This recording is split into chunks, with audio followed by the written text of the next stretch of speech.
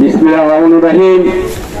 বাংলাদেশ জাতীয়তাবাদী পাট শ্রমিক দল কর্তৃক আয়োজিত আজকের এই মানববন্ধনের উপস্থিত বিভিন্ন স্তরের নেতৃবৃন্দ, উপস্থিত আছেন বাংলাদেশ জাতীয়তাবাদী শ্রমিক দল বারোপুর ইউনিয়ন শাখার নেতৃবৃন্দ।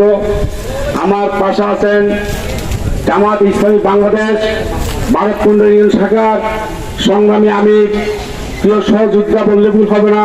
বিগত আন্দোলন সংগ্রাম আমরা একসাথে আন্দোলন করেছি। আমার আরেক সহযোদ্ধা জনাব জয়নাল আবদিন আমাদের মাঝে ইতিমধ্যে এসে পৌঁছেছেন। বাংলাদেশ জাতীয়তাবাদী দল চট্টগ্রাম উত্তর জেলা শাখার প্রভাবশালী সদস্য জনাব ইউসুফ নিজামী, একসময় আমার রাজনৈতিক অত্যন্ত সাবেক সহযোদ্ধা ছিলেন, যিনি ছাত্র দলের থানা সভাপতি ছিলেন, আমি সাধারণ সম্পাদক ছিলাম। আজকে তাকে আমরা আমাদের মাঝে পেয়ে আমরা প্রফুল্লিত উপভোগ করছি। সংগ্রামী বন্ধুগণ, অত্যন্ত দুঃখের সাথে বলতে হয় আজকে আমাদেরকে আবারও এসে সে জুট মেলের ঘেরে দাঁড়াতে হচ্ছে আমাদের দাবি আদায়ের জন্য। আপনারা জানেন আজকের এই প্রোগ্রামে আসার আগে আমাদের প্রিয় নেতা লায়ন আসলাম চৌধুরী আমাদেরকে নির্দেশনা দিয়েছেন অত্যন্ত সুন্দর এবং শান্তি সুশৃঙ্খল ভাবে যাতে আমরা আমাদের দাবি আদায়ের আন্দোলনগুলো চালিয়ে যাই। আজকের এই সভা থেকে আমাদেরকে যে বার্তা দিয়েছেন সেই বার্তার জন্য আমি আপনাদের কাছে আশ্বস্ত করতে চাই, আমরা জাতীয়তাবাদী দল তথা বিএনপি ভারতপুর ইউনিয়নের প্রত্যেকটা নেতা কর্মী শ্রমিক আন্দোলনের প্রত্যেকটা বিষয়ে আপনাদের সাথে থাকবো। অতীতে যেমন ছিলাম, এখন আছি, ভবিষ্যতে থাকবো ইনশাল্লাহ। সংগ্রামী বন্ধুগণ, আপনারা জানেন 2020 সালের 2রা জুলাই একটি ক্ষুদ্র বার্তার মাধ্যমে বাংলাদেশের 25টি জুট মিলকে একযোগে বন্ধ করে দিয়েছিল এই ফ্যাসিস্ট হাসিনা সরকার। তার এই ধারাবাহিকতা একের পর এক এই দেশের শ্রমিকদেরকে নির্যাতন করা হয়েছে। বিভিন্ন মেলের উৎপাদন বন্ধের নামে তারা মেলগুলা বন্ধ করে সেদিন তারা সেগুলো লুটপাট করেছে, দখল করেছে। বাংলাদেশের তৃতীয় বৃহত্তম জুট মিল হাবিব জুট মিলের মতো মিলের আজকে সেই করুণ দুরবস্থা।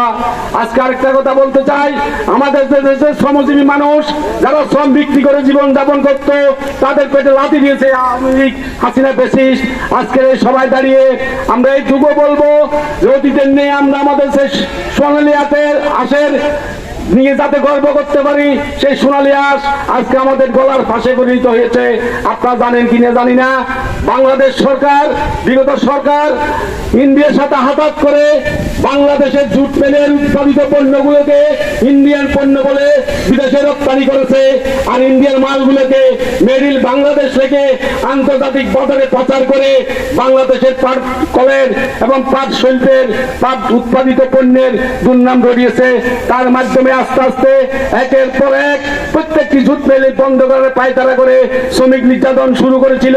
আমরা দেখেছি এই ভারতপুর একটা কঠিন আন্দোলনের জায়গা ছিল, যেখানে আমরা দেখেছি আমরা আমাদের ছাত্র জীবনের শ্রমিকদের সাথে একাত্মতা ঘোষণা করে আন্দোলন করেছি। এই ভারতখণ্ড ছিল একটা শিল্পাঞ্চল, আজকে সেই শিল্পাঞ্চল একটা করুণ পরিণতিতে অবস্থায় পৌঁছেছে। আনোয়ারা জুট মিল, মুকুল জুট মিলের মতো মিল আজকে বন্ধ করে দিয়েছে। একের পর এক মালিকদের শোষণ প্রক্রিয়া এসে শ্রমিকরা নির্যাতিত হয়ে একের পর এক তাদের চাকরি ছেড়ে চলে যেতে বাধ্য হয়েছে। আমি এমনও দেখেছি যে শ্রমিক মালিকের কাছে লক্ষ লক্ষ টাকা পাবে, সে তার ছেলেকে স্কুলে লেখাপড়া করাতে পারছে না, সে খাওয়ার পাচ্ছে না, সে দুঃখে সুখে একসময় মৃত্যুবরণ করেছে, সে তার পানা বুঝে পায়নি। আজকে আমার জুট মিল বিক্রি হচ্ছে। আমাদের দাবি থাকবে যে সমস্ত মিলগুলো বন্ধ করে দেওয়া হয়েছে, উৎপাদন বন্ধ করা হয়েছে, এগুলো পুনরায় চালু করা হোক এবং যে সমস্ত মিলের লিজ দেওয়া হয়েছে লিজ বাতিল করা হোক। তার পাশাপাশি আজকে আমরা এখানে যেখানে দাঁড়িয়ে আজকে এই পরিবার সভা করছি বা মানববন্ধন করছি, সে বিজিএম ফেরাওতাদিন বিসিএমজি জুট মিলগুলোর পাঁচ উৎপাদনকারী প্রতিষ্ঠান এই গালপাড়া হাবিব অত্যন্ত গুরুত্বপূর্ণ একটা প্রতিষ্ঠান ছিল, যেটা অত্যন্ত ষড়যন্ত্রমূলক ভাবে বন্ধ করে দেওয়া হয়েছে। আজকে যারা এসি চেয়ারে বসে সিরুমে বসে চেয়ারে বসে নীতিরাম সর্দার সেজেছেন, সেই সমস্ত অভিষেকদের প্রতি আমাদের আহ্বান থাকবে, আসুন আপনারা শ্রমিকদের কাতারে সামিল হন, শ্রমিকদের দুঃখ দুর্দশার কথা আপনারা আপনাদের উদ্বোধন কর্তৃপক্ষকে জানান। এদেশের মেহনতি মানুষ মেহনতি শ্রমিক তারা কেমন আছে। আরেকটা বিষয় হচ্ছে, আমরা সহ্য সময়ে অনেকগুলো বিষয় অবগত হয়েছি। রাতের অন্ধকারে এই মেল থেকে লক্ষ লক্ষ টাকার সবই মোটর লক্ষ লক্ষ টাকা লোহা নিয়ে গেছে। আজকের এই সবাই দাঁড়িয়ে আমরা যারা আজকে নেতৃত্বে আছেন বা দায়িত্বে আছেন তাদেরকে বলে দিতে চাই, এমন অপকর্ম যদি আপনারা করে থাকেন জনতার কাঠগড়ায় আপনাদের বিচার হবে। যা করেছেন ভবিষ্যতে এখান থেকে আর এক বিন্দু লোহা বা কোনো ইস্পাত বা কোনো মিশনারি পাস আপনারা নেবেন না। যদি সেটা করেন সেটার দায় দায়িত্ব আপনাদেরকে বহন করতে হবে। পরিশেষে আপনারা আজকে এখানে উপস্থিত হয়েছেন সবাইকে আমি আমাদের প্রিয় নেতা লায়ন আসলাম চৌধুরীর পক্ষ থেকে অভিনন্দন জানাচ্ছি।